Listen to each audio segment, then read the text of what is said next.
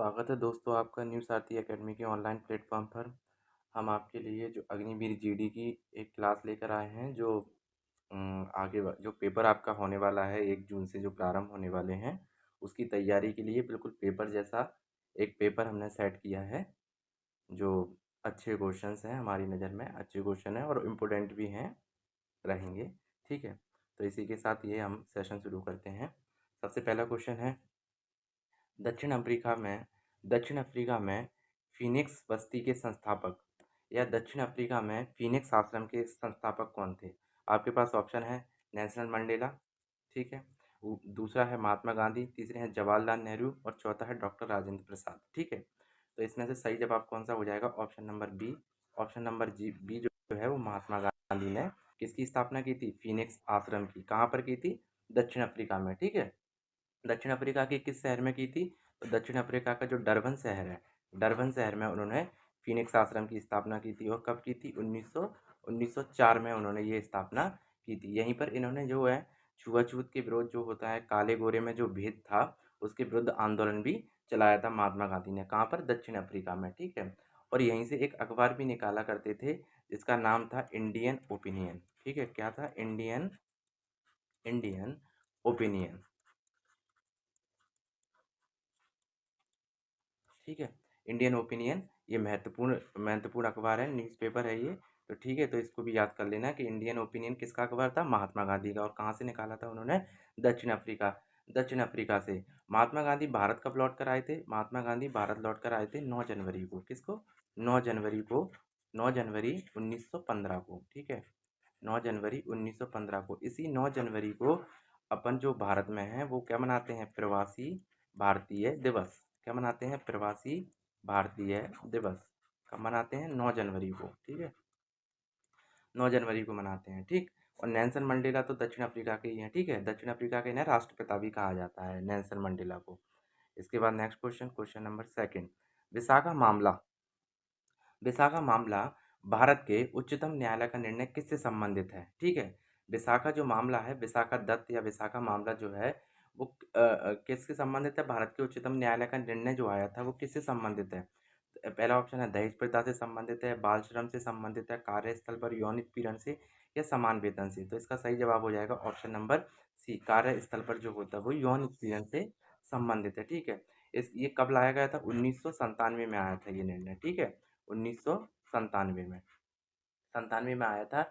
जिसके तहत जो कार्यस्थल जो होता है वहाँ पर महिलाएं बहुत सारी वर्कर जो हैं वो काम करती हैं। ठीक है, तो उनके साथ अप्रिय घटना होती रहती है, जैसे रेप है, उनका मॉलेस्टेशन हो जाता है, उन्हें परेशान किया जाता है किसी भी प्रकार से।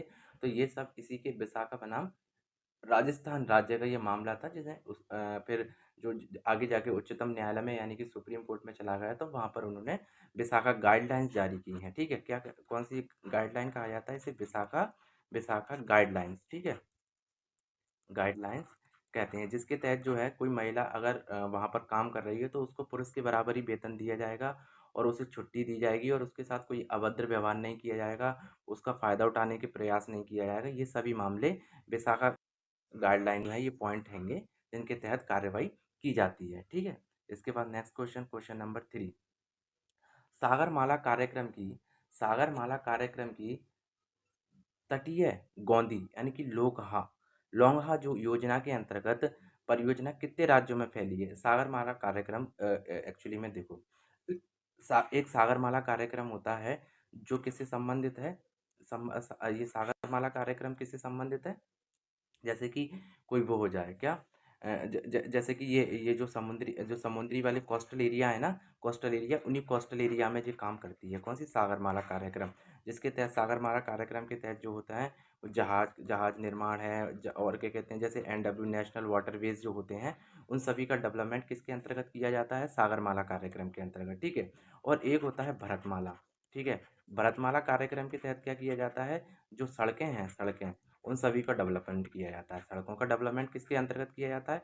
भरतमाला कार्यक्रम को। और सागरमाला के कार्यक्रम के अंतर्गत NW यानी कि नेशनल वाटरवेज जो है, भारतीय जलमार्ग या राष्ट्रीय जो जलमार्ग हैं वो डेवलप किए जाते हैं। तो वो ये पूछ रहा है आपसे कि सागरमाला कार्यक्रम की तटीय गोंदी योजना के अंतर्गत परियोजनाएं कितने राज्यों में फैली हैं? आगे ये जो परियोजना चल रही है वो कितने राज्यों में फैली है? तो इसका सही जवाब हो जाएगा 8 राज्य जो हैं, कोस्टल वाले जो राज्य हैं जिनकी समुद्री तटीय सीमा है, उन सभी 8 राज्यों में जो है वो फैली हुई है कौन-सी? सागरमाला योजना, ठीक है? इसके बाद नेक्स्ट क्वेश्चन, किस राज्य में सबरीमाला श्री धर्म संस्था उपस्थित है? किस राज्य में, ठीक है? किस राज्य में सबरीमाला सबरीमाला श्री धर्म संस्था मंदिर उपस्थित है? इसका ऑप्शन है कर्नाटक, केरल, तेलंगाना, आंध्र प्रदेश। तो इसका सही जवाब क्या है? ऑप्शन नंबर बी, केरल, ठीक है।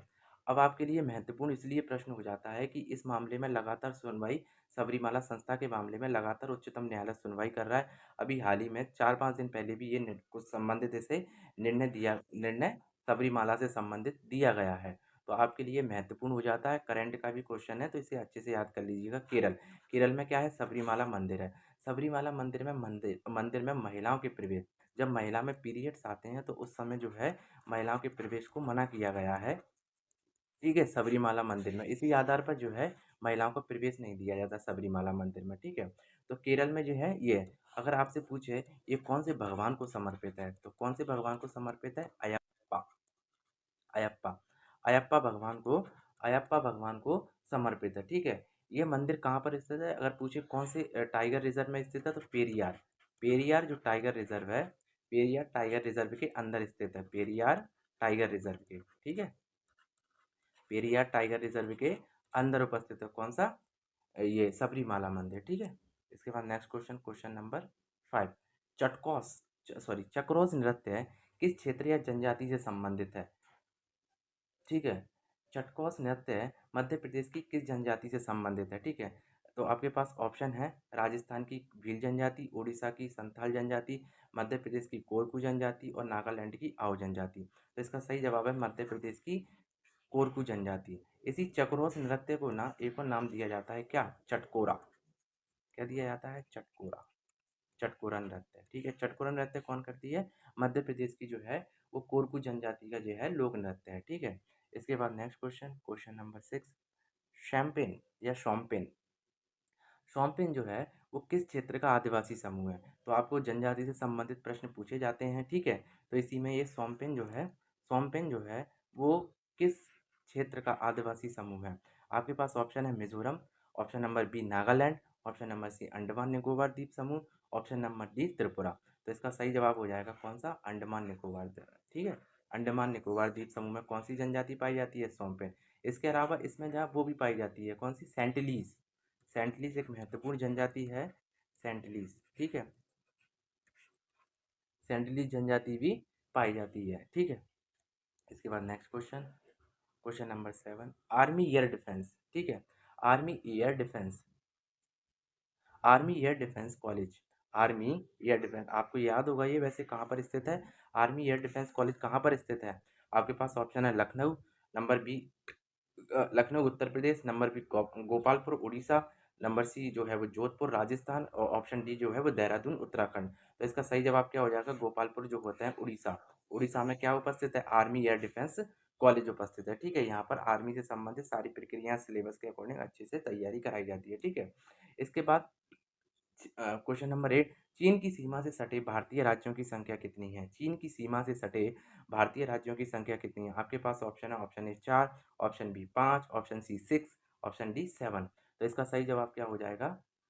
इसका सही जवाब क्या हो जाएगा? ऑप्शन नंबर बी, 5 राज्य। चीन की सीमा से कितने राज्य सटे हैं? 5 राज्य। कौन कौन से सटे हैं? एक तो जम्मू कश्मीर, ठीक है, जम्मू कश्मीर, ठीक है, लद्दाख वाले एरिया में। हिमाचल प्रदेश, कौन सा? हिमाचल प्रदेश, ठीक है, हिमाचल प्रदेश है।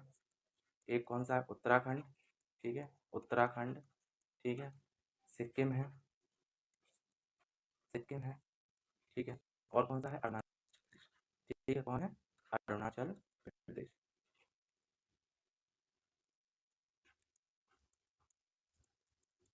ठीक है। तो जम्मू है, जम्मू कश्मीर, जम्मू कश्मीर का कौन सा? लद्दाख वाला एरिया, ठीक है, लद्दाख वाला एरिया है, ठीक है, कौन सा? लद्दाख, ठीक है। हिमाचल प्रदेश है, उत्तराखंड है, सिक्किम है, अरुणाचल प्रदेश है, ठीक है। तो ये राज्य किससे लगे हुए हैं? चीन की सीमा से। कितने राज्य हो गए? 12, ठीक है, वो सॉरी 5। क्वेश्चन नंबर 9, लहसुन की लहसुन की विशिष्ट गंध का कारण क्या है? लहसुन की विशिष्ट गंध का कारण क्या होता है? आपके पास ऑप्शन है अम्लीय पदार्थ, एल्कलॉइड, सल्फर यौगिक और नाइट्रोजन यौगिक। तो इसका सही जवाब हो जाएगा ऑप्शन नंबर सी, जो सल्फर यौगिक है, उस सल्फर यौगिक है लहसुन की विशिष्ट गंध का कारण। और इस सल्फर यौगिक का नाम क्या है? लहसुन की विशिष्ट गंध का जो कारण है उसे बोलते हैं क्या? एलिसिन। क्या बोलते हैं? एलिसिन। ठीक है। इसमें ये काय का है? इसी में जी सल्फर का बना होता है। ठीक है। इसके बाद नेक्स्ट क्वेश्चन, क्वेश्चन नंबर 9, देश का पहला रक्षा औद्योगिक पार्क कहाँ स्थापित किया गया है? देखो, ये महत्वपूर्ण प्रश्न है। ठीक है। पहला रक्षा उद्योग पार्क कहाँ स्थापित? पहला बहुत ज़्यादा पूछा जाता है अग्निवीर में। ठीक है। डिफेंस वाले एग्जामों में बहुत ज़्यादा और सभी एग्जामों में पूछा जाता है कि पहला कहाँ पर कोई चीज़ स्थित है। तो पहला रक्षा औद्योगिक पार्क कहाँ पर स्थापित किया गया? आपके पास ऑप्शन है Coimbatore Tamil Nadu, option number B Jaipur Rajasthan, C जो है वो Ottapalam Kerala, option number D Bhopal Madhya Pradesh. तो इसका सही जवाब क्या हो जाएगा? ओट्टापलम केरल। केरल में क्या है? सबसे पहला रक्षा औद्योगिक पार्क स्थापित किया गया है, जिसका उद्देश्य है रक्षा निर्माण में देश को आत्मनिर्भर बनाना। ठीक है। ओट्टापलम में, केरल के ओट्टापलम में पहला रक्षा औद्योगिक पार्क स्थापित किया गया है। ठीक है। Question number 11। ठीक है।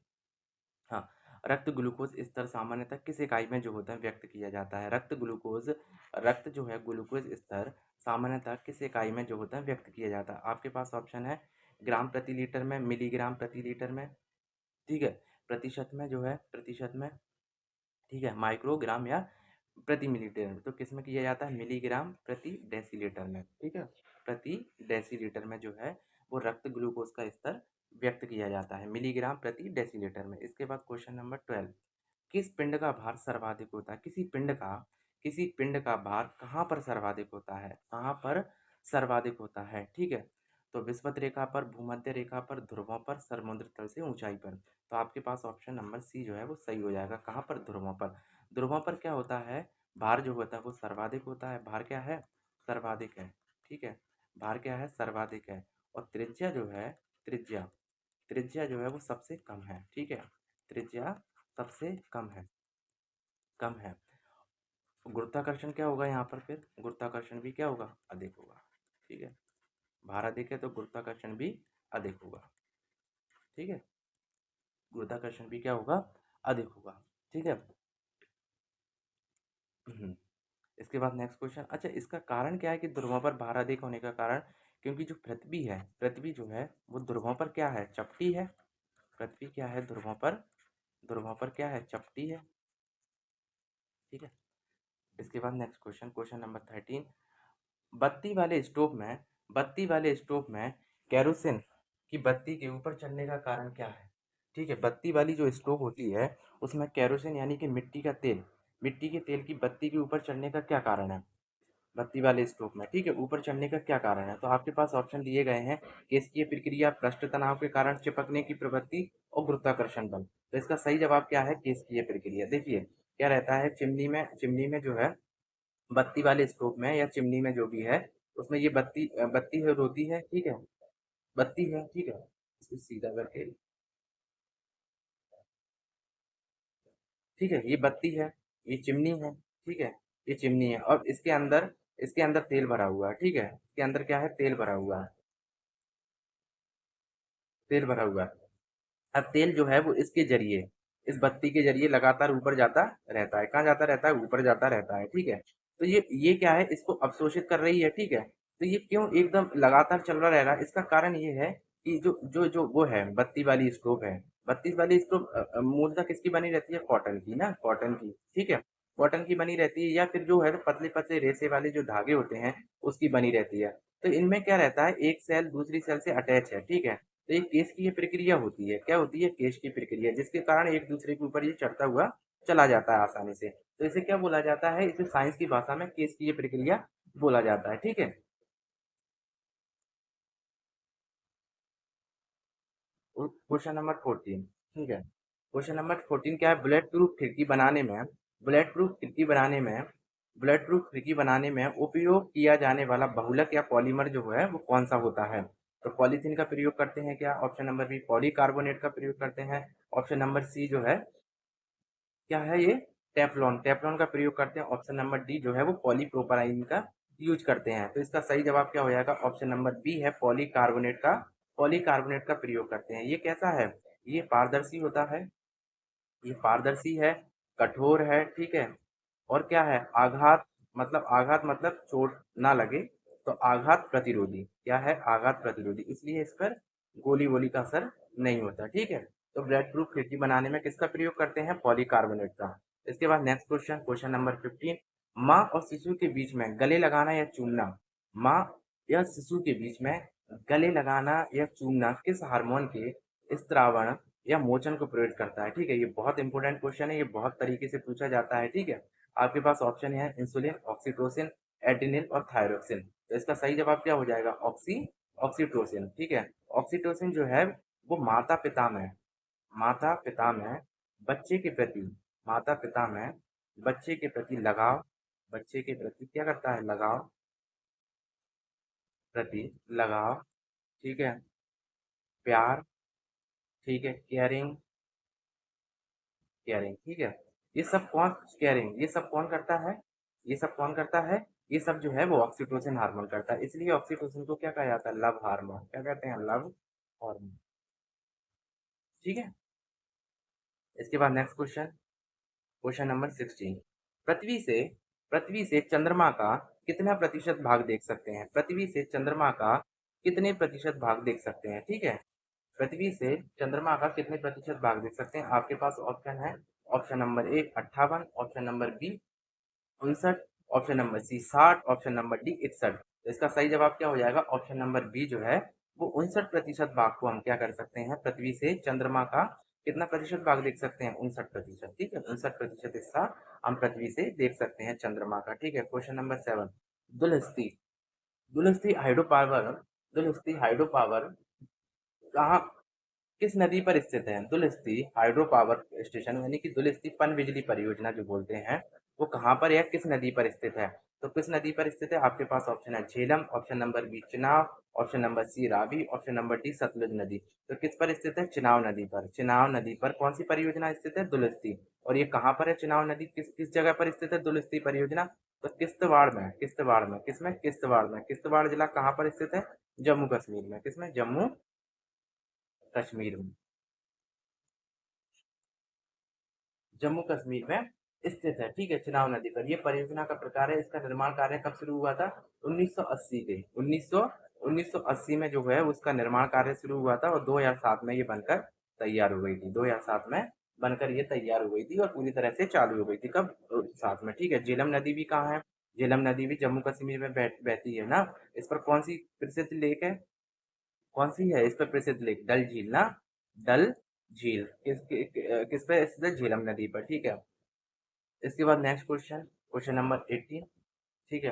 अगर सूर्य और पृथ्वी के बीच की दूरी, अगर सूर्य और पृथ्वी के बीच की दूरी एक चौथाई कम हो जाए, यदि सूर्य और पृथ्वी की दूरी एक चौथाई कम हो जाए तो सबसे अधिक संभावना क्या होगी, सूर्य और पृथ्वी की बीच की दूरी एक चौथाई कम हो जाए तो क्या होगी, दिन की अवधि बढ़ जाएगी, वर्ष की अवधि कम हो जाएगी, और पृथ्वी का तापमान कम होगा, पृथ्वी की परिक्रमा रुक जाएगी। देखो, पृथ्वी, अगर सूर्य और पृथ्वी के बीच की दूरी एक चौथाई कम कर दी जाए, कितनी कम कर दी जाए, एक चौथाई, ठीक है।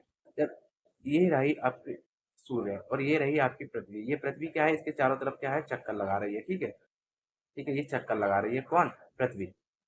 लेकिन अगर इसकी जो डिस्टेंस है, इसकी डिस्टेंस है, ठीक है, इसकी डिस्टेंस है कम कर दी जाए और पृथ्वी जो है वो यहाँ पर चक्कर लगाने लगे, कहाँ पर, यहाँ पर, ठीक है। मान लीजिए कहाँ पर चक्कर लगा रही है पृथ्वी, यहाँ पर पास में। अब मान लो यहाँ से चक्कर लगाएगी तो काफी टाइम लेगी, 365 दिन का समय लेती है, कितना देती है, 365 का दिन का समय लेती है, एक साल का समय लेती है, ठीक है। और अगर ये पास में आ गई, पास में आ गई तो ये 365 से क्या लेगी, कम, कम समय लेगी फिर, क्योंकि इसका जो चक्र है वो कम समय में पूरा हो जाएगा, ठीक है। तो कम समय लेगी, तो इसका ऑप्शन सबसे पहले तो ये सुन लो कि वर्ष की जो अवधि है वो कम हो जाएगी, वर्ष की जो अवधि है 365 से घटकर कुछ कम रह जाएगी, या फोर्थ का डिवाइस करेंगे तो जो भी आएगा वो कम, एक चौथाई कम करेंगे तो उस आधार पे जो है उतनी कम हो जाएगी, यानी कि 365 का अपना वर्ष नहीं रहेगा। अब इसमें दूसरा कि दिन की अवधि बढ़ जाएगी, तो दिन की अवधि नहीं बढ़ेगी, पृथ्वी का तापमान कम होगा, नहीं, क्योंकि सूरज के पास में और चली जाएगी पृथ्वी, तो पृथ्वी का तापमान तो और बढ़ जाएगा, पृथ्वी की परिक्रमा रुक जाएगी, तो ऐसा भी नहीं है, पृथ्वी की परिक्रमा लगातार चलती रहेगी, ठीक है। लेकिन वर्ष की अवधि जो है वो 365 दिन से कम हो जाएगी, ठीक है।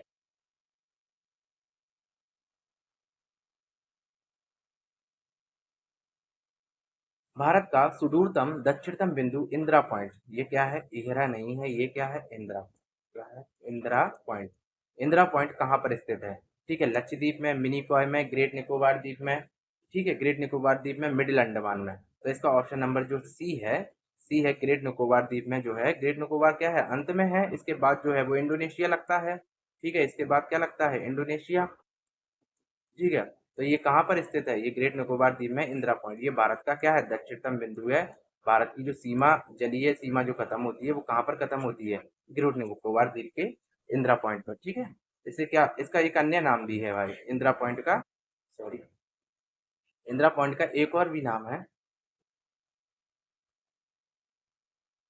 इंदिरा पॉइंट का एक और नाम क्या है? Pygmalion point. क्या है? Pygmalion point. ठीक है, इसके बाद next question, question number 20। Bharat का सुदूरतम भारत का सुदूरतम पूर्वी बिंदु, देखो अभी ये भी एक महत्वपूर्ण क्वेश्चन है। ठीक है, सुदूरतम, क्योंकि अभी ये विवादित चल रहा है बहुत ज्यादा ना। सुदूरतम पूर्वी बिंदु जो है किबितु या किबिशु कहाँ पर स्थित है? ठीक है, पूर्वी बिंदु किबितु या किबिशु कहाँ पर स्थित है? आपके पास ऑप्शन है Nagaland, option number B Manipur में, option number C Arunachal Pradesh में, ऑप्शन नंबर डी असम में, ऑप्शन नंबर डी में असम में। ठीक है, तो इसका सही जवाब क्या हो जाएगा? ऑप्शन नंबर सी जो है वो अरुणाचल प्रदेश में स्थित है। भारत का जो अरुणाचल प्रदेश है जो है वो चीन की सीमा से लगता है। किससे लगता है? चीन की सीमा से लगता है। और इसी चीन की सीमा और भारत की सीमा के बीच में क्या स्थित है? भारत का अंतिम पॉइंट जो है वो किबितु स्थित है। ठीक है, पूरब में स्थित है ये। ठीक है, क्वेश्चन नंबर 21। क्वेश्चन नंबर 21 में देखो, गजरता चालीसा। ठीक है, गजरता चालीसा। हम्म, गजरता चालीसा या चीखता साक्ता यानी कि रोअरिंग फोर्टीज। ठीक है, रोअरिंग फोर्टीज, रोअरिंग का मतलब होता है चीखना एक तरह से। तो गजरता चालीसा या चीखता साठा शब्द किसके लिए प्रयुक्त होता है? 40 से लेकर 60 डिग्री उत्तरी अक्षांश के मध्य ठंडी हवाएं, 40 से 60 डिग्री जो है वो दक्षिणी अक्षांश के मध्य प्रबल पश्चिमी। ठीक है, और इसके बाद ऑप्शन नंबर सी जो है वो 0 से लेकर 20 डिग्री अक्षांश के मध्य मानसूनी हवाएं, ऑप्शन नंबर डी जो है वो ध्रुवीय सागर की जो हवाएं। तो इसका सही जवाब क्या हो जाएगा? ऑप्शन नंबर बी जो है, ऑप्शन नंबर बी जो है वो 40 से लेकर 60 डिग्री मध्य दक्षिणी अक्षांश के मध्य प्रबल पश्चिमी हवाएं। एक्चुअली में ये क्या है? पछुआ पवने हैं। कौन सी पवने हैं? ये पछुआ पवने। दो तरह की पवने होती हैं, एक व्यापारिक पवने और एक पछुआ पवने। तो ये पछुआ पवने हैं और ये कौन से अक्षांश के मध्य चलती हैं? 40 से लेकर 60 डिग्री मध्य। ठीक है, और ये कहाँ पर चलती हैं? दक्षिणी दक्षिणी गोलार्ध में। किसमें? दक्षिणी गोलार्ध में। ठीक है, तो दक्षिणी गोलार्ध में जब वहां से हवाई जहाज, सॉरी हवाई जहाज नहीं, जहाज, पानी वाले जहाज और जो है वो नाव वगैरह निकलती थी, तो वहां कर ये 40 से लेकर 60 डिग्री अक्षांश के मध्य जब निकलेंगी तो वो उन्हें दक्षिणी अक्षांश पछुआ पवनें चलती थी जो उनकी गति को बाधित करती थी। और इससे बचने के लिए कई कई बार लोग सोचते थे कि ये वजन बहुत ज्यादा हो रहा है। ठीक है, इस कारण वो समुद्र में घोड़े फेंक देते थे। ठीक है, तो इसी कारण जो है 40 से 60 डिग्री बीच में जो है समुद्र में घोड़े फेंकने की प्रथा बहुत ज्यादा हुई थी। लेकिन बाद में जब व्यापारिक पवनें और पछुआ पवनों की खोज हुई तो ये तय हुआ कि यहाँ पर क्या है, इस अक्षांश के मध्य जो है प्रबल पवनें चलती हैं जो जो जहाज की गति को बाधित करती हैं। ठीक है, इसके बाद नेक्स्ट क्वेश्चन, वह सीमा वह सीमा जिसके बाहर तारे आंतरिक मृत्यु से ग्रसित हो जाते हैं कहलाती है। ठीक है, वह सीमा जिसके बाहर तारे आंतरिक मृत्यु से ग्रसित हो जाते हैं कहलाती है। हब्बल सीमा, चंद्रसेखर सीमा, पॉली सीमा, कोपरनिकस सीमा। ठीक है, तो कौन सी, इसका सही जवाब क्या है? चंद्रसेखर सीमा। चंद्रसेखर जो है, चंद्रसेखर सीमा इन्होंने ही खोज की थी। ठीक है, चंद्रसेखर नहीं, ये भारतीय वैज्ञानिक है, भारतीय मूल के हैं। ठीक है, भारतीय मूल के वैज्ञानिक हैं ये, मूल के वैज्ञानिक। ठीक है, इन्होंने चंद्रशेखर सीमा की खोज की थी, इसके लिए इन्हें नोबेल प्राइज भी मिला था। ठीक है, नोबेल प्राइज। ठीक है, इसके बाद नेक्स्ट क्वेश्चन, एक उच्च न्यायालय का न्यायाधीश एक उच्च न्यायालय का न्यायाधीश अपना त्याग पत्र किसे संबोधित करके देता है? ठीक है, किसे संबोधित करके देता है? एक उच्च न्यायालय का न्यायाधीश अपना त्याग पत्र किसे संबोधित करके देता है? ऑप्शन नंबर ए प्रधानमंत्री को, ऑप्शन नंबर बी राज्यपाल को, ऑप्शन नंबर सी राष्ट्रपति को, ऑप्शन नंबर डी भारत के मुख्य न्यायाधीश को। तो किसको देता है? राष्ट्रपति को। किसको देता है? राष्ट्रपति को। ठीक है, ठीक है। क्यों देता है राष्ट्रपति को? क्योंकि जो उच्च न्यायालय है, उच्च न्यायालय का न्यायाधीश, ठीक है, उच्च न्यायालय के न्यायाधीश की नियुक्ति कौन करता है? उच्च न्यायालय के न्यायाधीश की नियुक्ति कौन करता है? राष्ट्रपति ही करते हैं, ठीक है, राष्ट्रपति ही करते हैं। लेकिन शपथ कौन दिलाता है? शपथ दिलाता है राज्यपाल। कौन दिलाता है शपथ? शपथ राज्यपाल दिलाता है, ठीक है, और नियुक्ति कौन करते हैं? राष्ट्रपति। इसलिए उच्च न्यायालय का न्यायाधीश राष्ट्रपति के प्रति उत्तरदायी है, और अपना जब वो लेटर मतलब जो त्याग पत्र देगा रिजाइन का, तो वो राष्ट्रपति को संबोधित करके देगा, ठीक है। Question number 24। केंद्र में द्वैध शासन किस अधिनियम के अंतर्गत स्थापित किया गया था? केंद्र में द्वैध शासन डायरकी किस अधिनियम के अंतर्गत स्थापित किया गया था? ऑप्शन ए भारत परिषद अधिनियम 1909, भारत शासन अधिनियम 1919, भारत शासन अधिनियम 1935 और भारतीय स्वतंत्रता अधिनियम 1947। तो इसका सही जवाब हो जाएगा भारत शासन अधिनियम। भारत शासन अधिनियम जो है 1935, भारत शासन अधिनियम 1935 जो है वो द्वैध शासन की स्थापना करता है। अच्छा, प्रांतों में द्वैध शासन जो था वो 1919 के अधिनियम से लाया गया था। किसके? 1919 के अधिनियम से किसमें लाया गया था? प्रांतों में, ठीक है, प्रांतों में द्वैध शासन, ठीक है। लेकिन 1919 के बाद 1935 में प्रांतों में द्वैध शासन समाप्त करके केंद्र में द्वैध शासन की स्थापना की गई थी, ठीक है। इसके बाद next question, question number 25। Lok Sabha में अनुसूचित जनजातियों के लिए सर्वाधिक सीटें, लोकसभा में अनुसूचित अनुसूचित जनजातियों के लिए सर्वाधिक सीटें किस राज्य में आरक्षित हैं? आपके पास ऑप्शन है Chhattisgarh, Jharkhand, option number C Rajasthan, option number D Madhya Pradesh. तो इसका सही जवाब क्या हो जाएगा? Option number D Madhya Pradesh में जो है वो सर्वाधिक कितनी सीटें आरक्षित हैं?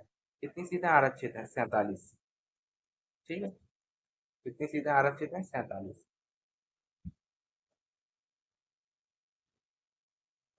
कितनी है? 47।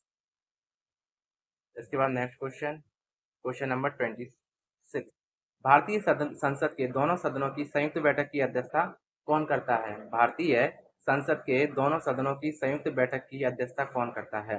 प्रधानमंत्री, उपराष्ट्रपति, लोकसभा अध्यक्ष, भारत के मुख्य न्यायाधीश। तो कौन करता है? लोकसभा अध्यक्ष ही करेगा, ठीक है। जब संसद में गतिरोध उत्पन्न हो जाए, यानी कि संसद के दोनों सदस्य दोनों सदन जैसे कि लोकसभा, लोकसभा और इधर कौन? राज्यसभा, राज्यसभा, ठीक है। ये कौन सा सदन है? निम्न सदन। और ये कैसा है? उच्च सदन, उच्च सदन, ठीक है। इसको क्या कहते हैं? स्थायी सदन। इसको क्या कहते हैं? अस्थायी, क्योंकि इसके चुनाव हर 5 साल में होते हैं, ठीक है। अस्थायी सदन। तो ये जब लोकसभा इन दोनों के मध्य गतिरोध उत्पन्न हो जाए किसी विधेयक पर, किसी विधेयक पर इन दोनों के बीच में बात न बने, तो फिर क्या बुलाई जाती है? संयुक्त बैठक। संयुक्त बैठक बुलाई जाती है। संयुक्त बैठक बुलाई जाती है तो उसकी अध्यक्षता कौन करता है? लोकसभा का अध्यक्ष ही करता है, ठीक है।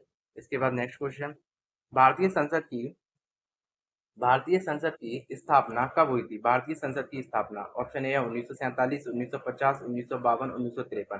तो इसका सही जवाब क्या हो जाएगा? 1952। 1952 में भारतीय संसद की स्थापना हुई थी, ठीक है।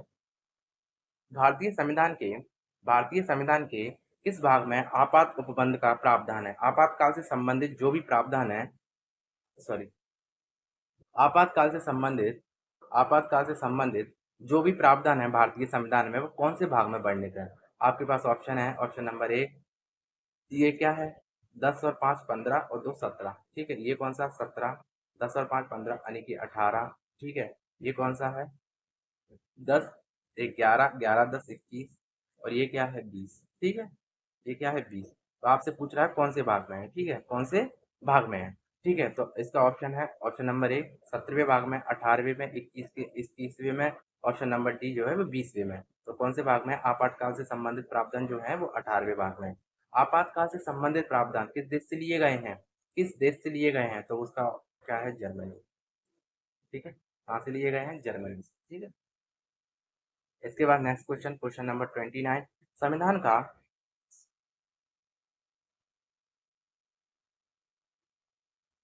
ठीक है, संविधान का कौन सा संविधान का कौन सा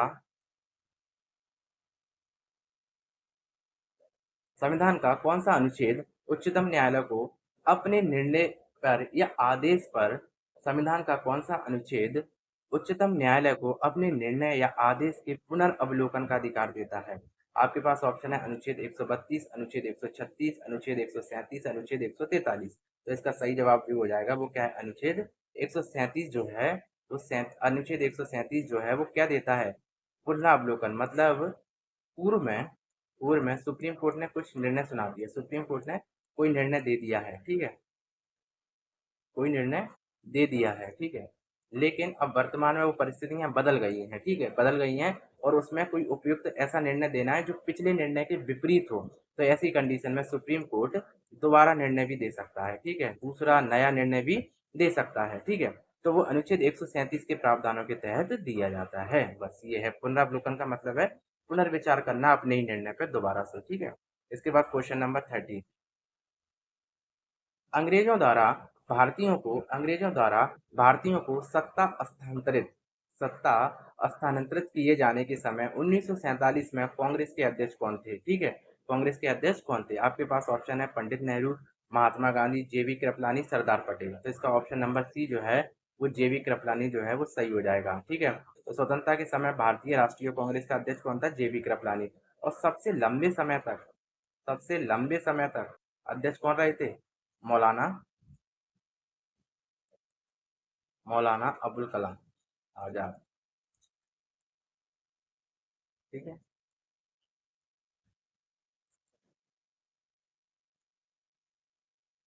ठीक। इसके बाद नेक्स्ट क्वेश्चन, क्वेश्चन नंबर 31, ठीक है। भारतीय स्वतंत्रता संग्राम के संदर्भ में 16 अक्टूबर 1905 प्रसिद्ध है। भारतीय स्वतंत्रता संग्राम के संबंध में 16 अक्टूबर 1905 बहुत प्रसिद्ध है, क्यों। आपके पास ऑप्शन है बंगाल विभाजन के प्रस्ताव से, बंगाल विभाजन के प्रभावी होने से, ठीक है, स्वदेशी आंदोलन के आरंभ होने से, ठीक है, और बंबई में जो है वो कांग्रेस के सत्र से। तो इसका सही जवाब जो हो जाएगा बंगाल विभाजन के प्रभावी होने से, ठीक है, 16 अक्टूबर 1905 में, ठीक है। और बंगाल विभाजन का प्रस्ताव कब लाया गया था, 21 जुलाई 1905 को लाया गया था, 21 जुलाई 1905 को, जबकि प्रभावी कब से हुआ था, 16 अक्टूबर 1905 को, ठीक है, 1905 को जो है वो प्रारंभ हुआ था बंगाल, जिससे पूरे भारत में कौन सा आंदोलन भड़का था, स्वदेशी आंदोलन। अगर आपसे पूछा जाए कि बंगाल विभाजन के विरोध में कौन सा आंदोलन चलाया गया था, कौन सा आंदोलन चलाया गया था, स्वदेशी स्वदेशी जो है वो आंदोलन चलाया गया था, ठीक है, कौन सा आंदोलन, स्वदेशी आंदोलन चलाया गया था। उसके बाद नेक्स्ट क्वेश्चन, क्वेश्चन नंबर 32। सांप्रदायिक अवार्ड और पूना पैक्ट में सांप्रदायिक अवार्ड और पूना पैक्ट में दलित वर्ग के लिए क्रमशः कितनी सीटें दी गई थी, सांप्रदायिक अवार्ड और पूना पैक्ट में दलित वर्ग के लिए क्रमशः कितनी सीटें दी गई थी। आपके पास ऑप्शन है 71, 147, option B 80, 100, option number C 71, 151, option number D 75, 125। तो इसका सही जवाब क्या हो जाएगा, 71 और 147। देखो सांप्रदायिक जो प्रस्ताव था 100, पहले तो ये ऑप्शन होगा 71, 147। देखो सांप्रदायिक पांचाट, ठीक है, या पंचाट भी बोलते हैं, अवार्ड भी बोलते हैं, क्या बोलते हैं, सांप्रदायिक पंचाट या अवार्ड बोलते हैं, ठीक है। तो ये कब हुआ था, 16 अगस्त 1932 में लाया गया था, ठीक है, ठीक है। इसके तहत जो हुआ था, मैकडोनाल्ड थे प्रधानमंत्री में, सर मैकडोनाल्ड, तो इसने ये प्रस्ताव लाया था, इसके तहत जो है वो दलितों के लिए अलग से आरक्षण की बात की गई थी, दलितों के लिए अलग से आरक्षण, ठीक है। दलितों के लिए क्या किया गया था, यही है इसका ऑप्शन, ठीक है, दलितों के लिए अलग से आरक्षण, ठीक है, कब हुआ था, 16 अगस्त 1932 में, ठीक है, 16 अगस्त 1932 में हुआ था। और इसमें दलितों के लिए अलग आरक्षण था, ठीक है, दलितों के लिए अलग आरक्षण,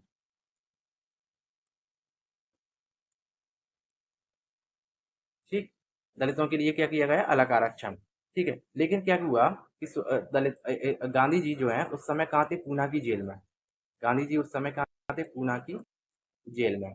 जब गांधी जी ने ये बात सुनी कि यहाँ पर जो है वो दलितों को हिंदुओं से अलग मानकर उनके लिए आरक्षण दिया जा रहा है, यानी कि जाति आधारित विभाजन करने का प्रयास किया जा रहा है, तो इसी के विरोध में उन्होंने वहां पर क्या कर दिया था, आमरण अनशन। कहाँ पर, आमरण अनशन, ठीक है, आमरण अनशन कर दिया। जब ये बात डॉक्टर अंबेडकर को पता चली तो उन्होंने ना गांधी जी से जाके बात की। उसी समय क्या हुआ था, पूना पैक्ट, क्या हुआ था, पूना पैक्ट हुआ, ठीक है, पूना पैक्ट हुआ था। और पूना पैक्ट कब हुआ था? 24 सितंबर 1932 को। ठीक है, 24 सितंबर, अगस्त के बाद सितंबर में पूना पैक्ट हो गया था और इसमें पूना पैक्ट के तहत समझौता हुआ और दलितों को जितना सांप्रदायिक अवार्ड में दिया गया था, कितनी, एक 71 सीटें, उससे ज्यादा, कितनी, 147 सीटें पूना पैक्ट के तहत दलितों को दी गई थी, लेकिन दलितों को हिंदू से अलग नहीं माना गया था। ठीक है, उसके बाद नेक्स्ट क्वेश्चन, क्वेश्चन नंबर 33। किस ब्रिटिश प्रधानमंत्री ने भारत में क्रिप्स मिशन भेजा था? ठीक है, किस किस ब्रिटिश प्रधानमंत्री ने भारत में क्रिप्स मिशन भेजा था? तो आपके पास Neville Chamberlain, option number B Winston Churchill, option number C Ramsay MacDonald, option number D Clement Attlee. ठीक है, तो इसका सही जवाब क्या हो जाएगा? Winston Churchill.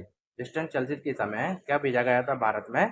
क्रिप्स मिशन भेजा गया था, क्रिप्स मिशन। ठीक है, क्रिप्स मिशन भेजा गया था। ठीक है, रैमजे मैकडोनाल्ड जो थे, वो होती थी गोलमेज कॉन्फ्रेंस ना, गोलमेज सम्मेलन। ठीक है, गोलमेज सम्मेलन के तीनों सम्मेलन हुए थे गोलमेज के, उस समय कौन थे प्रधानमंत्री? ठीक है, कौन? Ramsay MacDonald. ये प्रश्न पूछा जा सकता है। ठीक है, और क्लीमेंट एटली ने तो भारतीय स्वतंत्रता का प्रस्ताव ही भेजा था। भारतीय स्वतंत्रता का प्रस्ताव जो है वो किसने पेश किया था? ये नहीं किया था, ये नहीं, प्रधानमंत्री ने, क्लीमेंट एटली ने जो है पेश किया था, और इन्हीं के समय भारत क्या है? आजाद हुआ। अगर ये क्वेश्चन पूछा जाए कि भारत की आजादी के समय कौन सा ब्रिटिश प्रधानमंत्री था, तो इसका सही जवाब क्या हो जाएगा? क्लीमेंट एटली जो है वो भारत का, वो सॉरी, ब्रिटेन का प्रधानमंत्री था। इसके बाद option number 30, sorry, question number 34। ठीक है, क्वेश्चन नंबर 34। किस आंदोलन के कारण भारतीय राष्ट्रीय कांग्रेस में नरम एवं गरम दल का उद्भव हुआ? किस आंदोलन के कारण किस आंदोलन के कारण भारतीय राष्ट्रीय कांग्रेस में नरम दल एवं गरम दल का उद्भव हुआ? आपके पास ऑप्शन है असहयोग आंदोलन, स्वदेशी आंदोलन, भारत छोड़ो आंदोलन और होम रूल लीग आंदोलन। ठीक है, तो इसका सही जवाब हो जाएगा होम रूल आंदोलन। ठीक है, होम रूल आंदोलन। ठीक है, देखो, स्वदेशी आंदोलन जो है वो कब हुआ था?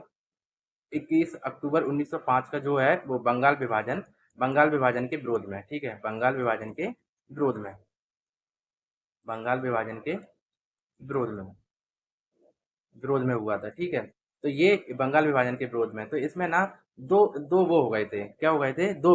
मतलब विभाजन जो था, कांग्रेस जो थी वो दो घड़ों में बट गई थी, किसमें? नरम दल और गरम दल में। ठीक है, नरम दल और गरम दल में। ये वास्तविक रूप से उस समय नहीं बटे थे, वास्तविक रूप से नहीं बटे थे, लेकिन नेताओं के मध्य जो है मतभेद उत्पन्न हो गए थे स्वदेशी आंदोलन को चला के लेकर, क्योंकि स्वदेशी आंदोलन के समय कई जगह जो है वो वस्त्रों की होली जलाई गई, कई जो विदेशी वस्त्र थे उनको आग लगाया गया था, स्कूलों का बहिष्कार किया गया था, अंग्रेजी अधिकारियों को पीटा भी गया था ना। तो इससे कुछ लोग क्या है, कुछ लोग नाराज हो गए। कौन से? नरम दल वाले जो नाराज हो गए, कि उन्होंने ये कहा कि स्वदेशी आंदोलन को इस तरह से नहीं चलाया जाना चाहिए। ठीक है, लेकिन गरम दल जो है वो इसके समर्थन में था, किसके? स्वदेशी आंदोलन के। ठीक है, स्वदेशी आंदोलन के समर्थन में था। ठीक है, लेकिन ना आधिकारिक तौर पर जब 1907 का अहमदाबाद, नहीं, सॉरी सॉरी सॉरी, सूरत जला अधिवेशन जो हुआ था कांग्रेस में, उसमें नरम दल और गरम दल पूरी तरह से विभाजित हो चुके थे। ठीक है, किसमें? 1907 के सूरत अधिवेशन में। लेकिन जब इनका फिर पुनः एकीकरण कब होता है? पुनः एकीकरण होता है 1916 में, लखनऊ में। ठीक है, लखनऊ जो अधिवेशन हुआ था उसमें पुनः फिर नरम दल और गरम दल जाकर मिल जाते हैं, जिसमें बाल गंगाधर तिलक और एनी बेसेंट ने महत्वपूर्ण भूमिका निभाई थी। ठीक है, इसके बाद नेक्स्ट क्वेश्चन, क्वेश्चन नंबर 35। भारतीय राष्ट्रीय कांग्रेस के लगातार 6 वर्षों तक अध्यक्ष कौन रहे थे? भारतीय राष्ट्रीय कांग्रेस के लगातार 6 वर्षों तक कौन अध्यक्ष रहे थे? ठीक है, जवाहरलाल नेहरू, अब्दुल कलाम आजाद, महात्मा गांधी और सरदार पटेल। तो इसका सही जवाब क्या हो जाएगा? अब्दुल कलाम आजाद। ठीक है, ये कब अध्यक्ष थे? ये भारत छोड़ो आंदोलन के समय के अध्यक्ष थे। ठीक है, 1942 में जो है वो समथिंग अध्यक्ष थे, लेकिन 42 के बाद जो है वो राजनीतिक प्रक्रिया बहुत तेज हो गई थी, इसलिए कांग्रेस अधिवेशन के लगातार 6 वर्षों तक, ठीक है, 6 वर्षों तक जो है ये मौलाना अबुल कलाम आजाद क्या है? अध्यक्ष रहे रहे थे। ठीक है, मतलब सबसे लंबे समय तक। ठीक है, इसलिए इन्हें सबसे लंबे समय तक अध्यक्ष होने का गौरव प्राप्त है। ठीक है, किसका? कांग्रेस का, सबसे लंबे समय तक। ठीक है दोस्तों, इसके बाद नेक्स्ट क्वेश्चन, क्वेश्चन नंबर 36। अब ये रीजनिंग के क्वेश्चन आ गए हैं, तार्किक क्षमता एवं गणित से संबंधित। ठीक है, आपके पास क्वेश्चन पूछा गया है, यदि मंकी को एम एन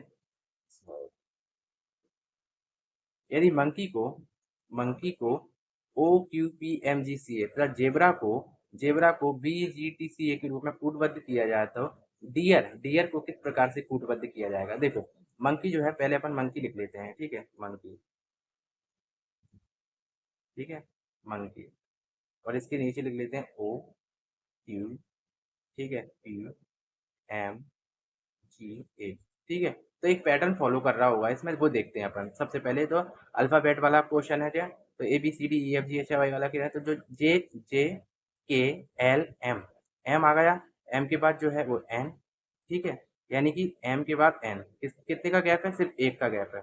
ओ के बाद पी, और पी के बाद की, यानी कि एक का गैप है। जे के एल एम एन एन, फिर ओ का गैप है, फिर क्या है? पी है, ठीक है? सब में कितने का गैप आ रहा है? एक का गैप, ठीक है? तो अपन डियर को देखेंगे, डियर, ठीक है? डियर क्या है? डी डबल ई आर, ठीक है? डियर, अपन को एक का गैप लेना है, तो डी के बाद ई आता है, ई, ठीक है? ई के बाद क्या आता है? एफ, ठीक है? एफ वाला कोई ऑप्शन दिख रहा है? देखो ये दिख रहा है, पूरा निकालने की भी जरूरत नहीं है, ठीक है? एक ही ऑप्शन दिख रहा है, एफ वाला, एफ जी जी टी, तो इसका सही जवाब क्या हो जाएगा? ऑप्शन नंबर डी, ठीक है? ये आपको पहचानना पड़ेगा कि कौन सा क्रम बन रहा है। यहाँ पर जैसे एक का गैप बन रहा था, वैसे डी के बाद जो है ई को छोड़ के अगर एफ पर पहुंचेंगे तो एक ही ऑप्शन मिल रहा था, एफ जी जी टी ना। देखो इतना सरल क्वेश्चन पेपर में आता है, ठीक है? क्वेश्चन नंबर 37, ठीक है? क्वेश्चन नंबर 37 में आप देखेंगे, ठीक है? क्वेश्चन नंबर 37 में आप देखेंगे, ए बी की बहन है। सबसे पहले अपन देखेंगे ए जो है वो किसकी बहन है? बी की। ए बहन है, ठीक है? यानी कि ए क्या है? ए लड़की है। ए जो है वो बी की बहन है, यानी कि बी लड़का भी हो सकता है और लड़की भी, अभी अपन को पता नहीं है। सी जो है बी की माँ है, सी जो है सी जो है वो किसकी माँ है? बी की, ठीक है? तो यानी कि ये क्या होगी? स्त्री होगी, ठीक है? सी जो है वो बी की क्या है? सी जो है वो बी की क्या है? माँ है, ठीक है? डी जो है वो सी का पिता है। डी जो है डी डी जो है वो सी का क्या है? पिता, यानी कि डी क्या होगा? पुरुष होगा, ठीक है? अब नेक्स्ट क्या है? ई जो है वो डी की माँ है। ई जो है वो डी की माँ है। ई क्या होगी? यानी कि स्त्री, ठीक है? डी की माँ है। तो ए डी से किस प्रकार संबंधित है? अब इसका और इसका रिलेशन निकालना है, ए और डी का, ठीक है? ए डी से कैसे संबंधित है? मान ये भाई बहन है, ठीक है? ये भाई बहन है या बहने बहने हैं, इनकी ये माँ है और इनकी ये पिता है। तो ये डी क्या लगा? इन दोनों का नाना, इन दोनों का नाना लगेगा। तो ए जो है वो डी की क्या लगेगी? पोती, ठीक है? तो इसका सही जवाब क्या हो जाएगा? ए, ठीक है? ये होता है क्रम निकालने का, ठीक है? अगर ये ऊपर जगह होती तो मैं ऊपर की तरफ जाता, इसलिए साइड में चला गया, ठीक है? तो ए डी से किस प्रकार से संबंधित है? डी क्या लगेंगे? ए के नाना, और डी का ए क्या लगेगा? पोती, ठीक है? क्योंकि वो लड़की है। क्वेश्चन नंबर 38, निम्नलिखित विकल्पों में से बेजोड़, तो ये एरर हो गया है, ठीक है? तो निम्नलिखित में से बेजोड़, बेजोड़ का मतलब हो कि मतलब कोई डिफरेंट संख्या, इसमें विषम क्या है वो छांटना है कुल मिला के। 9 और 12, ठीक है? 5 और 20, ठीक है? 15 और 60, 10 और 15, ठीक है? तो आप एक पैटर्न शो करना, जैसे 5 और 20 है, ठीक है? 5 और 20, 5 से कट रहा है दोनों, ठीक है? 5 चौक 20, 5 एकम, ठीक है? कट रहा है। ऐसे ही 15 और 60, 15 और 60, 15 और ये 60, ये भी 5 से कट रहा है, 5 तिया 15, और 60 भी कट रहा है, ठीक है? 15, 12 पंजे 60, ठीक है? कट रहा है। ऐसे ही 10 भी कट रहा है, 5 दूनी 10 और 5 तिया 15, 5 से ये कट रहा है, 9 और 12 नहीं कट रहा, तो ये क्या है? अलग है, ठीक है? ये 3 से कट रहा है, 3 त्रिका 9, 3 चौक 12, इसलिए ये क्या है? 5 से नहीं कट रहा, इसलिए अलग हो जाएगा। क्वेश्चन नंबर 39, ठीक है? देखो कितना अच्छा क्वेश्चन है ये। क्वेश्चन नंबर 39, एक साइकिल, सबसे पहले एक साइकिल चालक, देखो सबसे पहले तो मैं आपको एक क्वेश्चन वो बताऊं पहले, सबसे पहले कि दिशा क्या होती है, ठीक है? दिशा ये होती है, ये क्या है? पश्चिम, ठीक है? ये पश्चिम होती है, इसे क्या बोलते हैं? वेस्ट, ठीक है? ये क्या होती है? उत्तर, ठीक है? इसे क्या बोलते हैं? नॉर्थ, ठीक है? इसे क्या बोलते हैं? पूर्व, यानी कि ईस्ट, ठीक है? और इसे क्या बोलते हैं? साउथ, यानी कि दक्षिण, ठीक है? दक्षिण। पहले तो ये बनाना आप सीख लीजिएगा, कोई दिक्कत नहीं आएगी। उसके बाद नॉर्थ आपको ऊपर रखना है, आपके सीधे हाथ में आपको पूरब रखना है, आपको अपने लेफ्ट हाथ में जो है वो क्या रखना है? पश्चिम रखना है, और नीचे क्या रखना है? दक्षिण, ठीक है? अब वो आपसे पूछ रहा है एक साइकिल चालक है, ये है एक साइकिल चालक, ठीक है। अब वो किधर जा रहा है, सबसे पहले पश्चिम, तो पश्चिम किधर है, इधर, ठीक है। ये इससे देख लो आप, पश्चिम किधर है, इधर, ठीक है। पश्चिम जाता है पश्चिम की ओर, फिर दाएं मुड़ता है। अब यहाँ पर खड़ा है, ठीक है, और उसका सामने क्या है, फेस है। जब आप ऐसे करके अपने आप को जहाँ पर आप बैठे हैं उससे आप अपने आप को पश्चिम की तरफ मुंह करते हैं, तो आप अपना दायां कहाँ है आपको ये देखना है। आपका दायां आपको पता चलेगा कि वो ऊपर की तरफ है। कहाँ पर है, ऊपर की तरफ, ठीक है। उसने कहा कि 12 किलोमीटर आपको यहाँ दिशा निकालनी है, तो आपको 12 किलोमीटर और 7 किलोमीटर से तो कोई मतलब नहीं होना चाहिए। जब वो आपसे पूछे कितनी दूरी पर है, तो फिर आपको दिशा से मतलब होना चाहिए, ठीक है। लेकिन जब सिर्फ आपसे वो दिशा पूछ रहा है, तो आपको सिर्फ दिशा से मतलब होना चाहिए। तो सबसे पहले 12 किलोमीटर कहाँ चलता है, पश्चिम की तरफ, ठीक है। उसके बाद वो दाएं मुड़ा तो यानी कि ऊपर की तरफ 7 किलोमीटर चलता है। अब वो आपसे पूछ रहा है दूरी तय करता है, तो साइकिल चालक अब किस दिशा में है, किस दिशा की ओर जा रहा है। अब इससे देखो, ठीक है, इस मैप से देखेंगे तो आपको देखेगा कि ऊपर की तरफ कौन सी दिशा है, उत्तर। तो ठीक है, तो अब साइकिल चालक किस दिशा में होगा, उत्तर में। तो इसका सही जवाब क्या हो जाएगा, ऑप्शन नंबर सी। कितना अच्छा क्वेश्चन है, ठीक है। इसके बाद नेक्स्ट क्वेश्चन, क्वेश्चन नंबर 40। निम्नलिखित विकल्पों में से सही विकल्प चुनें जो श्रृंखला को पूरा करेगा। निम्नलिखित विकल्पों में से सही विकल्प चुनें जो श्रृंखला को पूरा करेगा। आपके पास ऑप्शन है 8, 23, 38, 53, 68, और इसके बाद जो नेक्स्ट आएगी वो संख्या अपन को बतानी है, ठीक है। इसके बाद जो नेक्स्ट संख्या आएगी वो बताएंगे। अब अपन 8 और 23 के बीच में कितने का गैप है ये देखेंगे, ठीक है। इसके बीच में कितने का गैप है, 15 का, ठीक है। 15 और 8 कितने होते हैं, 23। 23 और 38 में कितने का गैप है, 23 और 38 में जैसे 38 माइनस 23, ठीक है। तो कितने का गैप आ रहा, 8 में से 3 गए तो 5, 3 में से 2 गए 1, यानी कि इसमें भी कितने का है, 15 का। 38 और 53 भी कितने होते हैं, 15 का गैप है। 53 और 68 में कितने हैं, 15 का गैप है, ठीक है। तो 68, अब अपन को नेक्स्ट संख्या में पहुंचना है तो प्लस करना पड़ेगा। तो 68 में अगर अपन 15 प्लस करेंगे, 15 तो कितना आ जाएगा, 8 और 5 13 की 3, हाथ गई 1, ये कितने हो गए, 7, 7 और 1 8, ठीक है। तो कितने हो गए, 13। तो इसका सही जवाब क्या हो जाएगा, ऑप्शन नंबर सी। देखिए, इजी क्वेश्चन, ठीक है। इसके ऐसा ही पेपर आएगा आपको बिल्कुल ना, इतने ही सरल क्वेश्चन आते हैं, ठीक है। निम्नलिखित में कौन सी निम्नलिखित में से कौन सी वर्ग संख्या नहीं है। वर्ग मतलब स्क्वायर, वर्ग मतलब स्क्वायर, यानी कि अपन कहते हैं ना 2 का स्क्वायर 4, ऐसे करके। कौन सी इसमें से एक संख्या नहीं है जो वर्ग नहीं है, ठीक है। तो सबसे पहले एक खासियत आप देखना कि जब आपको अगर 25 दिख जाए लास्ट में, ये देखो, ये 25, ये 25, ये 25, तो ये 25 तो पूर्णतः डिवाइड हो जाएगा। अगर अपन देखें तो 25 को अगर अपन 5 से डिवाइड करेंगे तो 55 25, ठीक है। या 25 से डिवाइड करेंगे तो पूरी तरह से डिवीजन हो जाएगा। अब सिर्फ आपको ये देखना है जो आगे की संख्या है, जैसे कि 56 है, 72 है, 36 है और 90 है, ठीक है। अगर ये संख्या अपनी, जैसे कि इसी किसी का गुणनफल, जैसे कि एक संख्या है जैसे कि 5, और अगली संख्या क्या है, 6, इसका गुणनफल कितना आएगा, 30, ठीक है। अगर ऐसा कुछ मिल जाए तो वो वर्ग है, तो वो क्या हो जाएगा, वर्ग हो जाएगा। जैसे कि 56 है, 56 है, अगर 56 को गुणा करेंगे तो 7 से, और 7 के आगे 8। अगर लगातार संख्याओं के गुणनफल से अगर वो आ जाए संख्या, तो समझ लेना वो संख्या वर्ग है, किसी ना किसी संख्या का। 7 8 56, यानी कि पहली वाली वर्ग है। इसने पूछा नहीं है, 72, 72 लिख के देख लेते हैं, ठीक है। 9 और 8, 8 9 72, समझ रहे हो, 72। दूसरा क्या है, 36, तीसरा क्या है, 36। अगर 36 को अपन गुणा करेंगे तो 8 और 7 से 56 होते हैं, 6 और 5 से 30 होते हैं, यानी कि ये नहीं बनेगा, ठीक है। नहीं बनेगा, यानी कि इसके ऑप्शन सही होने की सही माना है, 36 वाला आंसर हो सकता है, ठीक है। 36 वाला क्या है, आंसर हो सकता है। 90 को और चेक कर ले, 90, 90 बच रहा है, तो 9 का गुणा किससे करेंगे, 10 से। एक संख्या आगे या पीछे से करते हैं। अगर 8 से मैं 9 का गुणा करूंगा तो 72 आएगा, यानी कि ये वाला आ जाएगा। लेकिन 9 को 10 से गुणा करेंगे, मतलब लगातार संख्या से, तो 90 आ जाएगा, यानी कि आपका ऑप्शन डी भी क्या है, सही है। तो कौन सी संख्या नहीं है, सिर्फ, ठीक है, कौन सी संख्या नहीं है, 36 संख्या, 36, 3625 जो है वो वर्ग नहीं है, क्योंकि वो लगातार गुणा नहीं हो रहा, ठीक है। इसके बाद नेक्स्ट क्वेश्चन, क्वेश्चन नंबर 42। समीकरण को हल करना है, बड़ा इजी क्वेश्चन है ये भी, ठीक है। आप देख के डर जाओगे कि ये कैसे भाग होगा, लेकिन देखो, समीकरण को हल करने के लिए सबसे उपयुक्त विकल्प चुना है, ठीक है। तो इसके ऑप्शन है आपके पास, ऑप्शन कहते हैं 3 सही 1/7, 7 सही 1/2, 1 सही 3/2, 2 सही 1/3, ठीक है। आप क्वेश्चन पहले देख लें। ठीक है। इसके बाद क्वेश्चन देखें। ठीक है, तो 8 क्या है आपके पास ऑप्शन, देखो इसको कुछ नहीं करते, अगर आपके सामने ऐसा कुछ प्रश्न बन जाए तो आपको सिर्फ इतना करना है 11/8। ठीक है, 11/8 पहले। अब भाग भाग किसका देना है, 33/56 का। तो एक बड़ा भाग का साइन लगाना, 33/56। ठीक है। अब अब एक रूल होता है, आपने पढ़ा ही होगा, कि पहले वाली संख्या का चौथे में गुणा होता है और दूसरी वाली का तीसरी में होता है, यही ना।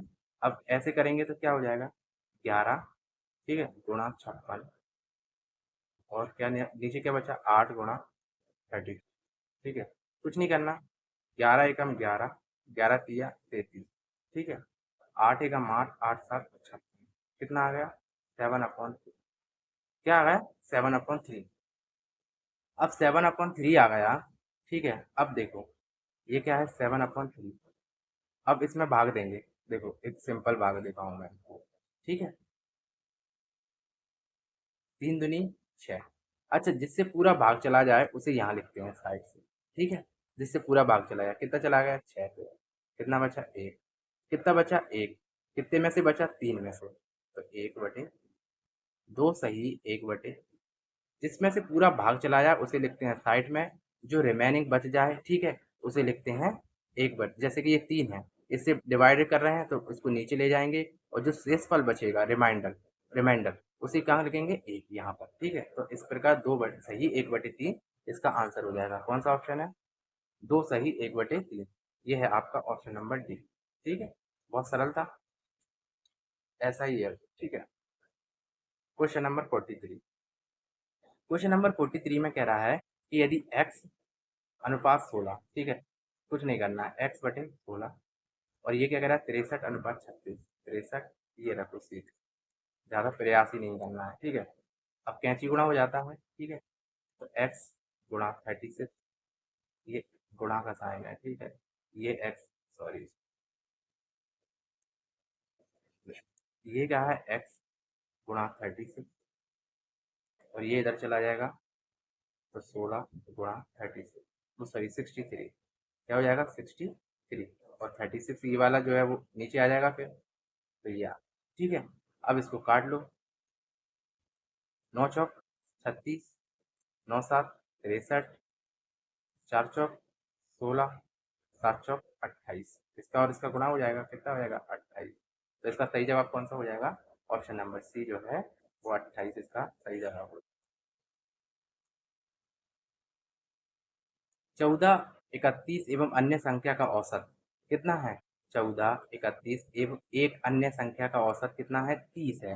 तो तीसरी संख्या क्या है, ठीक है, आपके पास क्या कह रहा है वो, 14, 31 और एक अन्य संख्या, यानी कि 3 संख्या है अपने पास, 14 + 31, और माना कि वो संख्या कौन सी है, एक्स। तीसरी संख्या को क्या मान लिया अपन ने, जो एक है, जो बताई नहीं गई अपन को, जिसे ज्ञात करना है उसे एक्स मान लिया। औसत में जितनी संख्या होती है उसी से उतनी संख्या से डिवाइड करते हैं। ठीक है, और वो कितना है औसत, इसका बराबर औसत है 30। ठीक है, यही कह रहा है अपन से। अब 30 का गुणा इधर होगा, 3 का गुणा कैंची गुणा से। ठीक है, तो अपन को 14 और 31 कितने हो जाएंगे, 4 और 1 5, 3 और 1 4, कितने हो जाएंगे, 45। ठीक है, 45 हो जाएंगे, प्लस कितना है, एक्स, और यहाँ इसका गुणा इसमें हो जाएगा, तो ये कितने हो जाएंगे, 90। ठीक है, कितने हो जाएंगे, 90। ठीक है, इसके बाद एक्स को अपन यहाँ ले जाएंगे, तो 90 - 45, तो कितना आएगा, 45। ठीक है, तो अपनी तीसरी संख्या कौन सी हो जाएगी, ऑप्शन नंबर डी, 45। अच्छा देखो, ये 45 प्लस एक्स है। ठीक है, इसलिए ये इधर जाके घटेगा।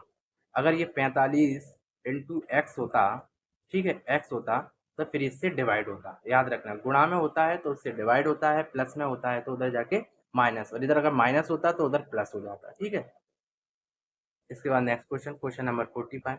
दो संख्याओं का HCF 11 है। दो संख्याओं का HCF कितना, 11 है, और उनका LCM कितना है, 609। कितना है, 609 है। यदि एक संख्या 77 है तो दूसरी संख्या ज्ञात कीजिए। ठीक है, माना कि दूसरी संख्या कौन सी है, x। दूसरी संख्या पर ना x मान लिया, यदि और पहली संख्या कौन सी है, 77। x और 77, उसने यही कहा है कि x और 77, यानी कि एक संख्या दूसरी संख्या जो है उसका गुणनफल देखा जाए तो दो संख्याओं का HCF कितना, 11। ठीक है, और LCM कितना है, 16। इन दोनों का गुणनफल किसके बराबर है, इसके बराबर। ठीक है, दोनों संख्याओं के। ठीक है, अब इसमें से निकाल लो 77। अगर x देखो गुणा में है तो ये किस में चली जाएगी, भाग में, यानी कि 11 609, और प्लस या माइनस में होती तो उधर चली जाती माइनस या प्लस में, ठीक है। और अपॉन में क्या आएगा 77, तो 11 एकम 11, 11 सत्ते 77, 77 को इससे डिवाइड करेंगे तो कितना आएगा, 7 8 56, 7 8 56, बचे कितने, 4, सत्तू सत्तू 49। ठीक है, कुछ गलत हुआ क्या? ये कितना है, 609 ही तो है, इसमें ऑप्शन नहीं दे रहा है क्या? 11, ठीक है, एक सेकंड दोबारा से देख लेते हैं।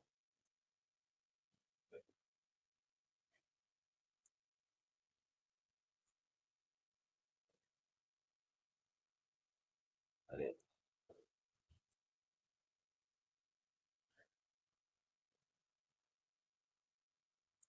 एक सेकंड, कहीं गलती कर रहे हैं अपन।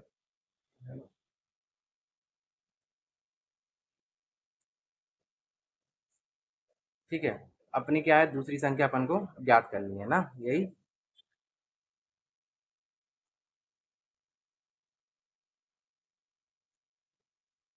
ठीक है, दूसरी संख्या अपन को ज्ञात करनी है, तो दूसरी संख्या है क्या है, एक्स है। ठीक है, और एक संख्या कितनी है, 77। एक संख्या क्या है, 77। ठीक है, 77, और इनका जो है वो एचसीएफ और एलसीएम कितना है, 11 और 609 के गुणनफल के बराबर है। ठीक है, अब अपना जो एक्स है उसने अपन को यहाँ लिखा 11 609, ठीक है, और बटे में अपन ने लिख दिया 77। ठीक है, अब अपन 11 कम 11, 11 सत्ते 77, अपन कैसे काटेंगे, 7 से, मैंने गलती यहीं कर दी।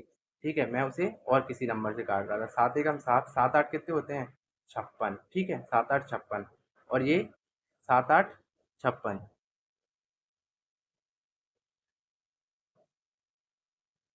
हाँ ना, 7 8 56, और ये कितने बच गए फिर, सत्तू सत्तू 49, 87, सही तो आ रहा है 87। ठीक है, क्या जवाब आ रहा है 87, 49। इस सॉरी 60 और 9 में 7 का डिवाइड करेंगे तो 7 8 56, 56 और 4 ये 49 हो जाएंगे तो 87, तो इसका सही जवाब क्या हो जाएगा, 87। ठीक है, इसके बाद नेक्स्ट क्वेश्चन, क्वेश्चन नंबर 46।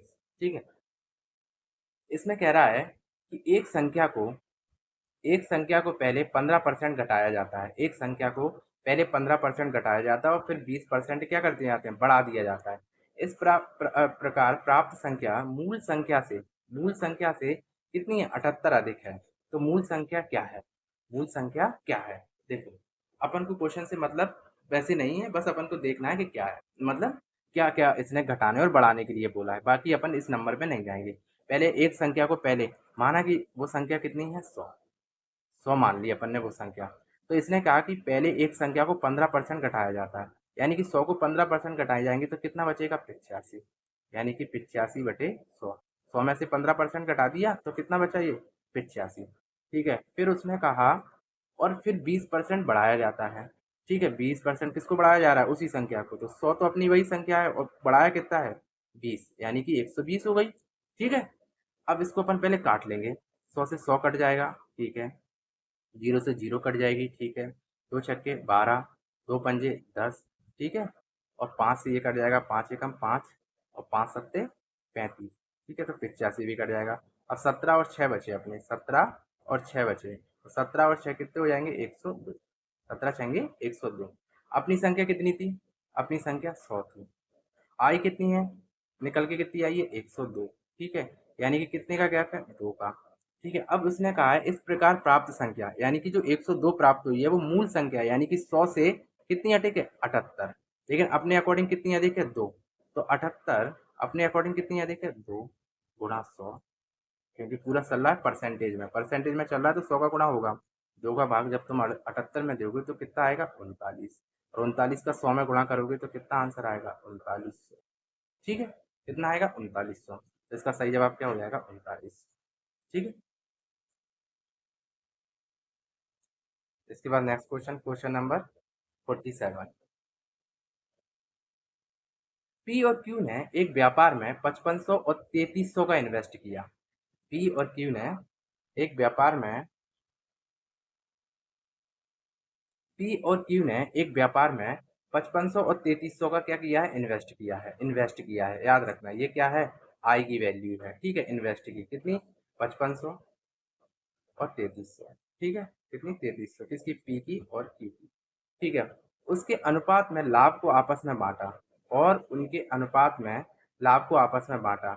ठीक है, अब जो भी अपन को लाभ हुआ है यानी कि प्रॉफिट जो हुआ है वो अपन ने अनुपात में बांट दिया। ठीक है, यदि यदि पूरे वर्ष, यदि पी पी जो है,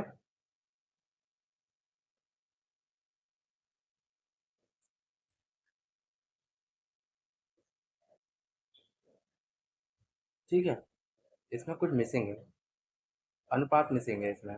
जो बांटा है अनुपात, जो लाभ का अनुपात जो बांटा है आपस में, वो किसके अनुपात में बांटा है? 10:3 में। कितने अनुपात में? 10:3 में बांटा है। ठीक है, लाभ को आपस में बांटा है। यदि पी पूरे वर्ष व्यापार में बना रहा तो क्यू कितने समय तक व्यापार में रहा? टाइम की पूछ रहा है वो, किसके टाइम की पूछ रहा है? और वो क्यू के टाइम की पूछ रहा है। तो आपके पास कौन सा फॉर्मूला होता है?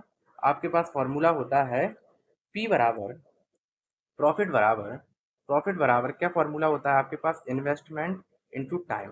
ठीक है, अपने पास एक का क्या दिया गया है? इन्वेस्टमेंट, लेकिन टाइम नहीं दिया है। ठीक है, और एक का सब दिया गया है, प्रॉफिट भी दिया गया है, इन्वेस्टमेंट और टाइम दिया गया है। तो अपन को कुछ नहीं करना है, अपन को निकालना है टाइम। तो टाइम बराबर क्या हो जाएगा इसमें? P upon I. ठीक है, पी अपॉन आई। तो अपन पहले का टाइम निकाल लेते हैं, पहले वाले का। तो पहले वाले का अपन को प्रॉफिट कितना दिया है? प्रॉफिट दिया है कितना? 10:3 में, ये प्रश्न में ही दिया है। ठीक है, 10:3 में, तो कितना दिया है प्रॉफिट? अच्छा, अपन इसको और सरल कर लेंगे इन्वेस्टमेंट को, जैसे दो से दो जीरो काट ली। ठीक है, 5 से 55, 11 पंजे 55 और 11 तिया 33। तो 5:3 हो जाएगा। क्या हो जाएगा? 5:3। ठीक है, 5:3 हो जाएगा। अब क्या है? प्रॉफिट कितना है अपना? प्रॉफिट प्रॉफिट है अपना 10। ठीक है, 10 है। इन्वेस्टमेंट कितने का है? पी वाले का 5 का। ठीक है, तो ये कितना आया? 2। ये कितना हो गया? पहले वाले का। ठीक है, ये पहले वाले का हो गया। अब दूसरे वाले का। ठीक है, अब दूसरे वाले का टाइम ही निकालना है अपन को, टाइम। उसका प्रॉफिट कितना है? 3, सॉरी इन्वेस्टमेंट है वो, 3 का ही है, दोनों ही 3 के हैं, दोनों ही 3 के हैं। ये प्रॉफिट भी और इन्वेस्टमेंट भी। तो 3 से 3 काट गए तो कितना बचा? 1।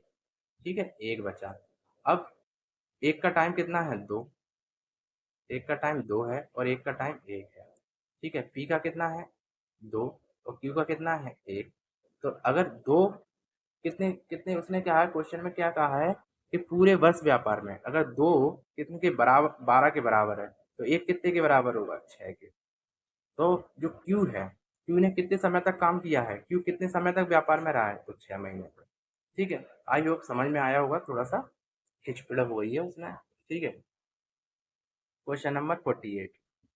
देखिए, 72 पुस्तकों का 72 पुस्तकों का क्रय मूल्य यानी कि 72 कॉस्ट प्राइस यानी क्रय मूल्य 60 पुस्तकों के विक्रय मूल्य के बराबर है। तो लाभ प्रतिशत ज्ञात करना है। ठीक है, 60 पुस्तकों के एसपी यानी कि सेलिंग प्राइस के बराबर है। तो लाभ प्रतिशत किस पे निकलेगा? विक्रय मूल्य पर ही निकलेगा। ठीक है, 60 बेच रहे हैं और लाभ कितने का हो रहा है? बात यानी 12 ज़्यादा का। ठीक है, और इंटू 100, कुछ नहीं करते इसमें, सिर्फ इसका जो गैप है उसको ऊपर रखते हैं। और 60 के ऊपर वृद्धि हो रही है, ये किसके ऊपर हो रही है? 60 के ऊपर कितने की? 12 की। तो 12 एकम 12, 12 पंजे 60, 5 दूनी 10 और 20। तो कितने परसेंट का लाभ हुआ है? 20% का। ठीक है, 20% का। याद रखना, सेलिंग प्राइस में जो लिखा है लाभ या प्रतिशत हानि सब सेलिंग प्राइस पे निकलेगी यहाँ पर। ठीक है, सेलिंग प्राइस पे निकलेगी तो सब सेलिंग प्राइस पे निकलेगी। तो सेलिंग प्राइस से कितना अधिक है? 12। अगर ये मान लो 50 सीपी होता और 60 सीपी, वो 60 एसपी होता, तो 60 पे कितने का लॉस हो रहा है? 10 का। तो अभी क्या है? 10 ऊपर जाता और 60 नीचे आता। ठीक है, तो कोई भी कुछ भी निकलेगा वो सेलिंग प्राइस पे ही निकलेगा। Question number 49। 5,000 सॉरी 2500 रुपये पर अर्जित ब्याज 3 साल के लिए 4% वार्षिक दर पर जमा किया गया। साधारण ब्याज ज्ञात करें। साधारण ब्याज का फॉर्मूला क्या होता है? SI बराबर P into R into T upon 100। ठीक है, यही होता है। इसने कहा 2500 रुपये पर, यानी कि मूलधन कितना है? 25। आर कितनी है? आर 4% है। कितने समय के लिए? 3 साल के लिए। अपॉन, बहुत सरल है। ठीक है, जीरो, दोनों जीरो से दोनों जीरो कट रहे हैं। ठीक है, अब क्या बचा आपका? 4 तिया 12 और 25। तो 12 का गुणा 25 में करेंगे तो कितना आएगा? 25 गुणा 12, 25 2 50। ठीक है, फिर 25, कितना आ गया? जीरो। 5 और 5 5 10 की 0 और ये कितना हो गया 3। इसका सही जवाब क्या हो जाएगा ऑप्शन नंबर डी 3। अपन को कितना ब्याज मिलेगा 2500 रुपये का 3 साल के लिए 4 की दर से 300 रुपये, ठीक है, 4% की दर से। क्वेश्चन नंबर 50, दो कारों की गति का अनुपात कितना है? दो कारों की गति का अनुपात 10/11 है, यानी कि 10:11 में है। यदि पहली कार 10 घंटों में 500 किलोमीटर की दूरी तय करती है तो दूसरी कार की गति क्या है? देखो, चाल बराबर दूरी बटे समय। दूरी बटे क्या होता है? समय। चाल को क्या कहते हैं? गति। ठीक है, गति। तो इसने कहा है कि गति, ठीक है, तो पहली कार 10 घंटों में दूरी कितनी तय कर रही है? 500 किलोमीटर ही है, सब सब किलोमीटर में है, ठीक है। अनुपात याद रखना 10:11 के में है, ठीक है। ठीक है, तो 500 हो गई, और कितने घंटे में? 10 घंटे में। 10 से ये काट देंगे तो कितना आएगा? 50। 50 50 किलोमीटर की गति है, 50 किलोमीटर की गति है, ठीक है, यही है ना। ठीक है, इसके पश्चात देखेंगे कि दूसरी कार, अब ये कितना है? गुना है। अगर इसका गुना करके देखेंगे 50, 50 किसका गुना है? 5 का। 10 पंजे 50 आ रहा है, ठीक है। ये देखो 10:11, ये इसलिए सरल है क्योंकि अनुपात बहुत इजी दिया है। 50 आ रहा है, 50, ठीक है। अगर मान लो 50 किलोमीटर से चल रही है, ठीक है, तो 10 घंटे में कितनी तय कर रही है? 50। तो 1 घंटे में कितनी तय करेगी? ऐसे भी निकाल सकते हैं 50/10, 10 पंजे 50, ठीक है। यानी कि ये इसका 5 गुना है, तो इसका भी क्या होना चाहिए? 5 गुना, क्योंकि अनुपात है, बराबर है, ठीक है, 5 गुना होना चाहिए। तो 11 का 5 में गुना करेंगे तो कितना आएगा? 55, ठीक है। तो दूसरी की गति कितनी होगी? 55, ठीक है। ठीक है, तो आई होप आपको अच्छे से समझ में आया होगा ये टेस्ट ना। 50 नंबर का था, सॉरी 50 क्वेश्चन का था ये टेस्ट, 100 नंबर का था।